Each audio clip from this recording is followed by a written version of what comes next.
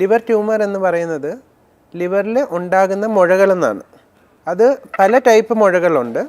അത് ചിലപ്പോൾ ക്യാൻസർ മുഴകളും ആകാം, അല്ലാത്ത ടൈപ്പ് ട്യൂമേഴ്സും ഉണ്ട്. ഷുഗർ കാരണമോ സ്മോക്കിംഗ് കാരണമോ മദ്യപാനം കാരണമോ ഒക്കെ ഡാമേജ് ആയി വരുമ്പോൾ ആ അവയവത്തിൽ ക്യാൻസർ വരാനുള്ള സാധ്യത വളരെയധികം കൂടുതലാണ്. ഈ ലിവർ ക്യാൻസറുകൾ ചില സമയത്ത് മൾട്ടിപ്പിൾ സ്ഥലങ്ങളിൽ ബാധിച്ച് ഒരുമിച്ച് ഒരേ സമയത്ത് വരുമ്പോൾ സർജറി ഫീസിബിൾ ആയിട്ടുള്ള ഒരു ഓപ്ഷൻ ആയിരിക്കില്ല. ആദ്യകാലങ്ങളിൽ നമ്മൾ പഠിച്ചിട്ടുണ്ട് ലിവർ ഒരു പുനർജീവിക്കുന്ന അവയവമാണെന്ന്. ഇന്ന് ലിവർ ട്യൂമറിനെ കുറിച്ചാണ് നമ്മൾ സംസാരിക്കുന്നത്. നമ്മളോടൊപ്പം ഉള്ളത് മോഹൻ സ്കിൻ ആൻഡ് ഗ്യാസ്ട്രോ കെയറിലെ gastro surgeon doctor Anush Mohan. Doctor, welcome to the show. Doctor, ഈ ലിവറിലുണ്ടാവുന്ന ട്യൂമർ അത് ഈ ലിവർ സിറോസിസ് കാരണമാണോ വരുന്നത്, അതോ അല്ലാതെ തന്നെ ട്യൂമേഴ്സ് വരാറുണ്ടോ? അത് ഈ ട്യൂമർ വന്നാലും അതിനെ ഞാൻ നേരത്തെ പറഞ്ഞതുപോലെ തന്നെ പുനർജീവിക്കാനുള്ള കഴിവുണ്ടോ? എന്താണ് ലിവർ ട്യൂമർ എന്ന് പറയുന്നത്? ലിവറിൽ ഉണ്ടാകുന്ന മുഴകളെന്നാണ്. അത് പല ടൈപ്പ് മുഴകളുണ്ട്. അത് ചിലപ്പോൾ ക്യാൻസർ മുഴകളും ആകാം, അല്ലാത്ത ടൈപ്പ് ട്യൂമേഴ്സും ഉണ്ട്. അപ്പോൾ ലിവറിനകത്ത് ക്യാൻസർ മുഴകളാണോ അതോ ക്യാൻസർ അല്ലാത്ത മുഴകളാണോ എന്നനുസരിച്ചാണ് നമ്മൾ ലിവറിൻ്റെ ട്യൂമേഴ്സിനെ നമ്മൾ ക്ലാസിഫൈ ചെയ്യുന്നത്. അപ്പോൾ ലിവർ ട്യൂമേഴ്സ് ക്യാൻസർ ടൈപ്പ് വരുന്നതാണ് കൂടുതലായിട്ടും ഈ സിറോസിസ് ആയിട്ടുള്ള പേഷ്യൻസിന് കാണുന്നത്. അതായത് കരളിലെ സിറോസിസ് ബാധിച്ചു കഴിഞ്ഞാൽ ലിവർ ട്യൂമേഴ്സ് വരാനുള്ള സാധ്യത വളരെ കൂടുതലാണ്. അതും ക്യാൻസർ ടൈപ്പ് മുഴകളാണ് ലിവർ സിറോസിസിൽ കൂടുതലായിട്ട് കാണുന്നത്. ഓക്കെ. അതായത് ഈ ക്യാൻസർ ടൈപ്പ് മുഴകളെ നമ്മൾ എങ്ങനെയാണ്, സർജറിയിലൂടെയാണോ മാറ്റുന്നത്? ഡോക്ടർ ഒരു സർജൻ ആണല്ലോ, അപ്പോൾ ഇത് സർജറിയിലൂടെ മാറ്റിക്കഴിഞ്ഞാൽ പിന്നെ ഇവർക്ക് വീണ്ടും ഈ ട്യൂമർ വരാനുള്ള ചാൻസ് അങ്ങനെ എന്തെങ്കിലുമൊക്കെ ഉണ്ടോ? സർജറി തന്നെയാണ് ലിവർ ട്യൂമറിൻ്റെ പ്രൈമറി ട്രീറ്റ്മെൻറ്റ് എന്ന് പറയുന്നത്. അതായത് നമ്മൾ സർജറി ഞങ്ങൾ പറയുന്നത് കൂടുതലൊരു അബ്ലേറ്റീവ് ഒരു ടെക്നിക്കാണ്. അതായത് നമ്മൾ ലിവർ ട്യൂമർ കണ്ടു കഴിഞ്ഞാൽ ആ ട്യൂമർ ഉള്ള ഭാഗം കംപ്ലീറ്റ് ആയിട്ട് റിമൂവ് ചെയ്യുകയാണ് നമ്മളുടെ ഉദ്ദേശം. പക്ഷേ ഈ ലിവർ ക്യാൻസറുകൾ ചില സമയത്ത് മൾട്ടിപ്പിൾ സ്ഥലങ്ങളിൽ ബാധിച്ച് ഒരുമിച്ച് ഒരേ സമയത്ത് വരുമ്പോൾ സർജറി ഫീസിബിൾ ആയിട്ടുള്ള ഒരു ഓപ്ഷൻ ആയിരിക്കില്ല. ഒന്ന്. രണ്ടാമത്തെ കാര്യം, ചെറിയ ഒരു ആരംഭ സ്റ്റേജിലൊക്കെ ലിവർ സിറോസിസിലാണെങ്കിൽ നമ്മൾ അതിനെ സർജറി ചെയ്ത് മാറ്റിയാലും ഉടനെ തന്നെ അത് മറ്റൊരു സ്ഥലത്ത് വീണ്ടും ട്യൂമർ വരാനുള്ള സാധ്യത ഉള്ളത് കൊണ്ട് ആരംഭ സ്റ്റേജിൽ ഈ ഒരു ട്യൂമർ അവിടെ ഇരിക്കെ അതിനെ കരിച്ച് കളയുന്ന ടെക്നിക്സ് ഉണ്ട്. അപ്പോൾ അതിനെ റേഡിയോ ഫ്രീക്വൻസി, മൈക്രോവേവ് അബ്ലേഷൻ എന്നൊക്കെ പറഞ്ഞ പല പല ടെക്നിക്സ് ഉണ്ട്. ഈ ടെക്നിക്സിലൂടെ ആ ട്യൂമറിനെ കരിച്ച് കളഞ്ഞതിന് ശേഷം ആ ലിവറിനെ നമുക്ക് മാറ്റി പുതിയ ലിവർ കൊടുക്കുന്നത്, അതായത് ലിവർ ട്രാൻസ്പ്ലാന്റേഷൻ എന്ന് പറയുമല്ലോ. അപ്പോൾ ആ ഒരു പ്രൊസീജിയർ ചെയ്ത് കഴിഞ്ഞാൽ നമുക്ക് പിന്നെ ലിവർ ട്യൂമർ വരാനുള്ള സാധ്യതയും കുറയും. അത് മാത്രമല്ല, അത് അവരുടെ സിറോസിസ് കാരണമുള്ള പ്രോബ്ലംസും ഒക്കെ ഒറ്റയടിക്കുന്ന ട്രീറ്റ്മെന്റ് ആയി കംപ്ലീറ്റ് ആവും. ഓക്കെ. അപ്പോൾ ഈ ലിവർ സിറോസിസ് ഉള്ള ആളുകൾക്കാണോ കൂടുതലും ട്യൂമേഴ്സ് കണ്ടുവരുന്നത്? ലിവർ സിറോസിസ് ഉള്ളവർക്കാണ് കൂടുതലായിട്ട് ലിവർ ക്യാൻസറുകൾ കൂടുതലായിട്ട് കാണുന്നത്. അതായത് മറ്റ് ട്യൂമേഴ്സ് ഉണ്ടല്ലോ, അതായത് നമ്മളെ ക്യാൻസർ അല്ലാത്ത ബിനൈൻ ട്യൂമേഴ്സ് ഉണ്ട്. നമ്മൾ ഹെപ്പാറ്റിക് അഡിനോമ എന്ന് പറയും, അല്ലെങ്കിൽ ഹെമാൻജിയോമ എന്നൊക്കെ പറയും. അങ്ങനത്തെ ഒക്കെ ടൈപ്പ് ട്യൂമേഴ്സൊക്കെ ആണെങ്കിൽ സാധാരണ ഒരു ലിവർ സിറോസിസ് ഇല്ലാത്ത ആൾക്കാർക്കും ബാക്കി സിറോസിസ് ഉള്ള ആൾക്കാർക്കും ഒരേ ഒരു ഇൻസിഡൻസ് ആണ് കാണുന്നത്. പക്ഷേ ക്യാൻസർ സാധാരണ ആൾക്കാരിൽ വരില്ല എന്നല്ല, സാധാരണ ലിവറിലും വരാം. പക്ഷെ അതിൻ്റെ എത്രയോ മടങ്ങാണ് കൂടുതൽ സിറോസിസ് ഉള്ള ലിവറിൽ കാണപ്പെടുന്നത്. അപ്പോൾ ഡോക്ടർ, എന്ത് കാരണം കൊണ്ടായിരിക്കും ഇങ്ങനെ ഒരു ലിവർ ക്യാൻസർ ആയിട്ട് മാറുന്നതിൻ്റെ കാരണം എന്തായിരിക്കും? ലിവർ ഡാമേജ് ആകുമ്പോഴാണ് ലിവർ സിറോസിസ് എന്ന് പറയുന്നത്. അതേപോലെ പാൻക്രിയാസ് ഡാമേജ് ആകുമ്പോൾ ക്രോണിക് കാൽസ്യം പാൻക്രിയാറ്റൈറ്റിസ് എന്ന് പറയും. ലങ്സ് തന്നെ നോർമലായിട്ടുള്ള ലങ്സ് ഡാമേജ് സ്മോക്കിംഗ് ഒക്കെ ചെയ്യുമ്പോൾ ലങ്സ് ഡാമേജ് ആകുമ്പോൾ അപ്പോൾ അങ്ങനെ ഡാമേജ്ഡ് ആയിട്ടുള്ള, പിന്നെ അതുപോലെ തന്നെ കിഡ്നി ഡാമേജ്, ഓരോരോ അവയവങ്ങളും അതിന് ഒരു ഷുഗർ കാരണമോ സ്മോക്കിംഗ് കാരണമോ മദ്യപാനം കാരണമോ ഒക്കെ ഡാമേജ് ആയി വരുമ്പോൾ ആ അവയവത്തിൽ ക്യാൻസർ വരാനുള്ള സാധ്യത വളരെയധികം കൂടുതലാണ്.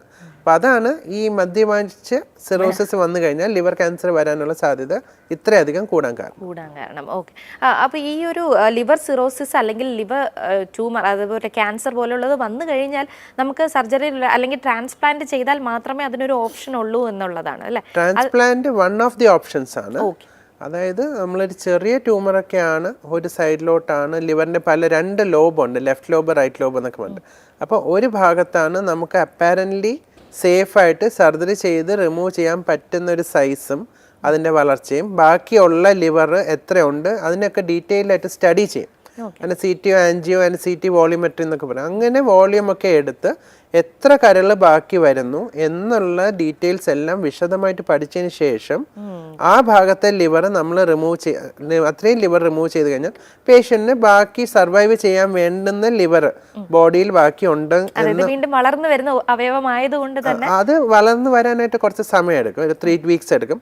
പക്ഷെ അതുവരെ പേഷ്യന്റ് സർവൈവ് ചെയ്യണമല്ലോ. അപ്പൊ അതുവരെ സർവൈവ് ചെയ്യാനുള്ള ലിവർ പോലും നമുക്ക് മിനിമം ഒരു 20 to 30% ഓഫ് ദ ലിവർ, ഇപ്പൊ സിറോസിസ് ഒക്കെ ഉള്ള ആൾക്കാർക്ക് ഒരു 30 to 40% വരെ ലിവർ ബാക്കി ഉണ്ടെങ്കിൽ നമുക്ക് ബാക്കി 60% റിമൂവ് ചെയ്യാൻ പറ്റും. അപ്പൊ ഇതേ പ്രിൻസിപ്പിൾ തന്നെയാണ് ലിവർ ട്രാൻസ്പ്ലാന്റേഷനും ഫോളോ ചെയ്യുന്നത്. അതായത് ഒരു ഹെൽത്തി ആയിട്ടുള്ള ഒരു കുട്ടിയുടെ അച്ഛന് കൊടുക്കുകയാണെങ്കിൽ, ലിവർ പകുതി കൊടുക്കുകയാണെങ്കിൽ, പകുത്ത് കൊടുക്കുമ്പോൾ ഒരു 60-70% വരെ ആ ഒരു ഡോണറിന് ലിവർ ഡൊണേറ്റ് ചെയ്യാൻ പറ്റും. ഞങ്ങൾ ഒരാളിനെ സംബന്ധിച്ചിടത്തോളം 20 to 30% ഓഫ് ദ ലിവർ മതി പുള്ളിക്ക് സർവൈവ് ചെയ്യാൻ. ബാക്കി 60-70% ഡൊണേറ്റ് ചെയ്യാൻ പറ്റും. പക്ഷെ ബാക്കി ലിവർ ഹെൽത്തി ആയിരിക്കണം എന്നുള്ളൊരു കണ്ടീഷൻ മാത്രം. ലിവർ നമുക്ക് ഹെൽത്തി ആയി സൂക്ഷിക്കാൻ എന്തൊക്കെ കാര്യങ്ങളാണ് ഡോക്ടർ ചെയ്യേണ്ടത്? ലിവർ ഹെൽത്തി ആയിട്ട് സൂക്ഷിക്കാൻ ഏറ്റവും പ്രൈമറിലി നമ്മൾ ലിവറിനെ അറിഞ്ഞ് ലിവറിനെ സ്നേഹിച്ച് ലിവറിൻ്റെ ആ രീതിയിൽ തന്നെ നമ്മൾ ഡെയിലി ലൈഫ് സ്റ്റൈൽ ഹാബിറ്റ്സ് മുന്നോട്ട് പോകണം. അപ്പോൾ എപ്പോഴും പറയും പോലെ നമ്മളുടെ ആരോഗ്യം സൂക്ഷിച്ചാൽ ലിവറും സേഫായിട്ടിരിക്കും. എന്ന് വെച്ചാൽ നമ്മൾ ആഹാരം കഴിക്കുന്നതായാലും വെള്ളം കുടിക്കുന്നതായാലും ബാക്കി ശീലങ്ങളായാലും എല്ലാം നമ്മൾ ഈ സ്റ്റാൻഡേർഡ് ലൈഫ് പ്രാക്ടീസ് എന്ന് പറഞ്ഞ കുറച്ച് കാര്യങ്ങളുണ്ടല്ലോ. അതായത് ഹെൽത്തി ഫുഡ്, ഫൈബർ അടങ്ങിയ ഫുഡ്, ഷുഗറൊക്കെ കുറച്ച്, കാർബോഹൈഡ്രേറ്റ്സ് കുറയ്ക്കുക, ഫാറ്റി ഫുഡൊക്കെ, ഓയിലി ഫുഡൊക്കെ ഒന്ന് കുറച്ച്, നല്ലപോലെ എക്സസൈസൊക്കെ ചെയ്ത്, നല്ല ഫെർമെൻറ്റഡ് ഫുഡ്സൊക്കെ കഴിച്ച്, ജങ്ക് ഫുഡ്സൊക്കെ ഒഴിവാക്കി എക്സസൈസൊക്കെ ചെയ്ത് കഴിഞ്ഞാൽ കരൾ എന്നും ഹെൽത്തി ആയിട്ട് ചെറുപ്പമായിട്ടിരിക്കും. ആ കരൾ നമുക്കൊരു 100 കൊല്ലം ഉപയോഗിക്കാൻ പറ്റും. ഇടയ്ക്ക് ഇത് നമ്മൾ വഴിമാറി പോകുമ്പോഴോ ഷുഗർ അൺകൺട്രോളായിട്ട് കൊളസ്ട്രോൾ കൂടുകയോ അങ്ങനെയൊക്കെ വന്നിട്ട് ലിവറിനകത്ത് ഫാറ്റ് അടിഞ്ഞ് അത് തന്നെ ഇപ്പം നമ്മൾ മദ്യവെച്ച് തന്നെ സിറോസിസിലേക്ക് പോകണം എന്നില്ല. ഫാറ്റി ഫുഡ് കഴിച്ച് ലിവർ ഡാമേജ് വന്നു കഴിഞ്ഞാൽ ആ ഒരു ലിവർ ഡാമേജ് മതി സിറോസിസിലേക്ക് പോകാൻ. ആൽക്കഹോൾ മാത്രമല്ല സിറോസിസിന്. അപ്പം അങ്ങനെയുള്ള രീതിയിലൊക്കെ നമ്മൾ ഫോളോ ചെയ്ത് പോയില്ല എന്നുണ്ടെങ്കിൽ ഈ പ്രോബ്ലംസ് ഒക്കെ നമ്മൾ പിന്തുടർന്ന് വരും. ഓക്കെ ഡോക്ടർ, നമ്മളിപ്പോൾ ലിവർ ക്യാൻസറിനെ കുറിച്ചാണ് സംസാരിക്കുന്നത്. ഈ ലിവർ ക്യാൻസർ ഒരു വ്യക്തിക്ക് ഉണ്ട് എന്നുള്ളതിൻ്റെ ലക്ഷണങ്ങൾ എന്തൊക്കെയായിരിക്കും? ലിവർ ക്യാൻസർ സാധാരണ ഒരാൾക്ക് ലിവർ ക്യാൻസർ വരുമ്പോൾ ചിലപ്പോൾ നമുക്കൊരു വയറുവേദനയായിട്ടോ അല്ലെങ്കിൽ പെട്ടെന്ന് എന്തെങ്കിലും മറ്റേതെങ്കിലും അസുഖങ്ങൾക്ക് വേണ്ടിയിട്ട് സ്കാൻ ചെയ്യുമ്പോൾ ഒരു ലിവറിലെ ഒരു ഇൻസിഡൻ്റലായിട്ട് കാണുന്നതായിരിക്കാം ഒന്ന്.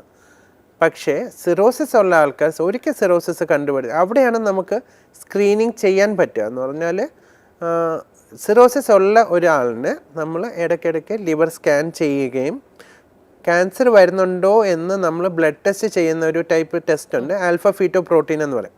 ഈ ആൽഫ ഫീറ്റോ പ്രോട്ടീനും സ്കാനും നമ്മൾ റുട്ടീനായിട്ട് ചെയ്യേണ്ടത് അത്യാവശ്യമാണ്. അപ്പം അങ്ങനെ ഒരു സാഹചര്യത്തിൽ നമുക്ക് ഈ സിറോസിസ് ഉള്ള ആൾക്കാർക്ക് ലിവർ ട്യൂമർ നേരത്തെ കണ്ടുപിടിക്കാനും ചെറിയ ടെക്നിക്സിലൂടെ, ചെറിയ സർജറിയിലൂടെ നമുക്കത് പെട്ടെന്ന് റിമൂവ് ചെയ്ത് കഴിഞ്ഞാൽ നിഷ പറഞ്ഞ പോലെ ഒരു വൈകുന്നതിന് മുമ്പ്, അതായത് നമ്മൾ നേരത്തെ കണ്ടുപിടിക്കുന്നത് വേറെ ഒന്നിനുമല്ല, വൈകി കണ്ടുപിടിച്ച് കഴിഞ്ഞാൽ ട്രീറ്റ്മെൻറ്റ് വളരെ ഡിഫിക്കൽട്ടായിരിക്കും. അതുകൊണ്ട് തന്നെ റിസൾട്ട്സും കുറച്ചും കൂടെ മോശമായിരിക്കും. പക്ഷേ നേരത്തെ കണ്ടുപിടിച്ച് കഴിഞ്ഞാൽ ജസ്റ്റ് ഒരു ചെറിയൊരു സർജറിയിലൂടെയോ അല്ലെങ്കിൽ ചെറിയൊരു മൈക്രോവേവ് ആബ്ലേഷൻ എന്ന് പറയുന്ന ടെക്നിക്കിലൂടെയൊക്കെ നമുക്ക് ആ ട്യൂമർ കരിച്ച് കളയാൻ റിമൂവ് ചെയ്യാനോ പറ്റും. അങ്ങനെ ചെയ്യുന്നത് തന്നെയാണ് തീർച്ചയായിട്ടും നല്ലത്. അപ്പോൾ അങ്ങനെയാണ് സ്കാനിങ്ങും ബ്ലഡ് ടെസ്റ്റ് റുട്ടീനായിട്ട് ചെയ്യേണ്ടി വരും സിറോസിസ് ഉള്ള ആൾക്കാർക്ക്. അങ്ങനെ നമുക്ക് ഇത് ട്യൂമർ നേരത്തെ കണ്ടുപിടിക്കാൻ സാധിക്കത്തുള്ളൂ. ലിവർ ഒരു പുനർജീവിക്കുന്ന അവയവമാണ് എന്നുണ്ടെങ്കിലും നമ്മൾ അതിനെ കാത്തു സൂക്ഷിക്കേണ്ടത് അത്യാവശ്യമാണ്. ഡോക്ടർ പറഞ്ഞതുപോലെ തന്നെ ഒരു ഹെൽത്തി ലൈഫ് എപ്പോഴും മെയിൻറ്റെയിൻ ചെയ്ത് പോവുക. മറ്റൊരു എപ്പിസോഡിൽ മറ്റൊരു കണ്ടന്റുമായിട്ട് വീണ്ടും എത്താം. നമസ്കാരം ഡോക്ടർ. Thank you.